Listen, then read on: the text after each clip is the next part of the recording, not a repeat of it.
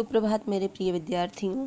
आज की इस कक्षा में हम जानेंगे शब्द निर्माण के विषय में उपसर्ग एवं प्रत्यय।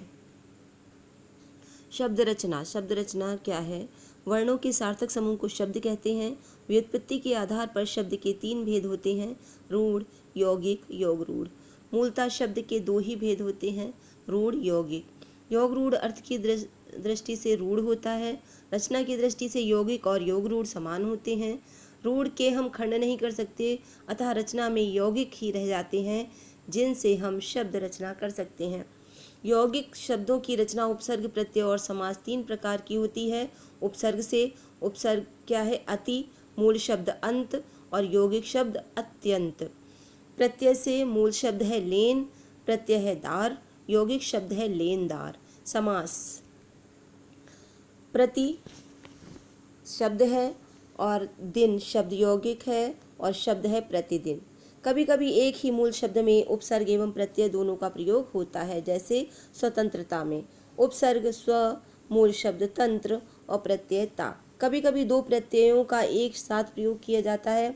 समझदारी शब्द में समझ मूल शब्द है और शब्द है दार और प्रत्यय है ई, समझदारी। उपसर्ग किसे कहते हैं?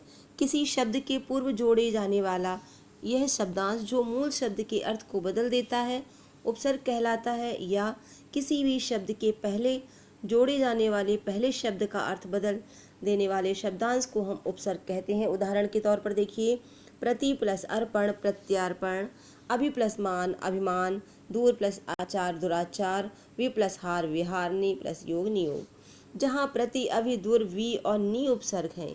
उपसर्गों में से शब्दों में से उपसर्गों को पृथक करने के लिए ये ध्यान रखना चाहिए कि अलग किया गया मूल शब्द सार्थक हो। उपसर्ग कई प्रकार के होते हैं, जैसे हिंदी उपसर्ग, संस्कृत उपसर्ग, अंग्रेजी उपसर्ग एवं अरबी फारसी उपसर्ग। हिंदी में प्रचलित उपसर्गों को निम्नलिखित भागों में विभाजित किया जा सकता है।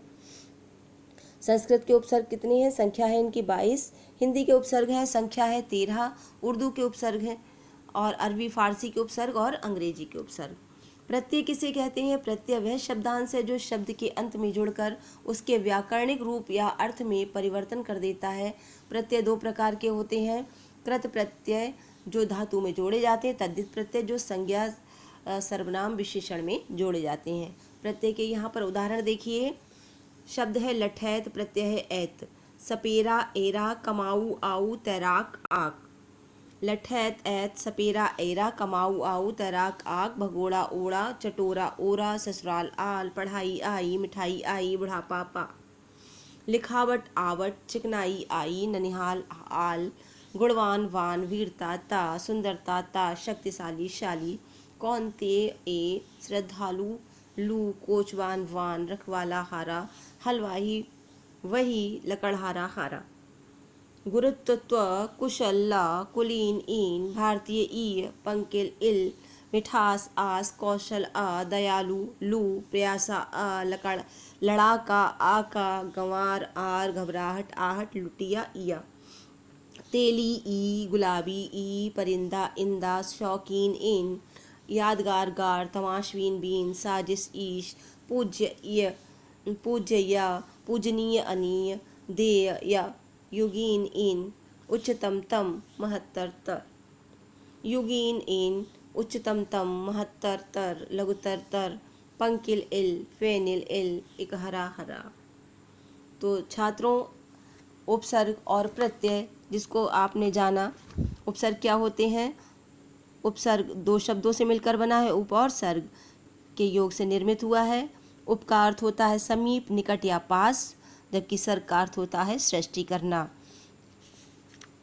तो यहाँ पर देखिए, वास्तव में उपसर्ग किसी भी सार्थक मूल शब्द से पूर्व जोड़े जाने वाले बेअविकारी शब्दांश हैं जो शब्द के पूर्व जुड़कर उसके अर्थ या भाव में परिवर्तन कर देते हैं।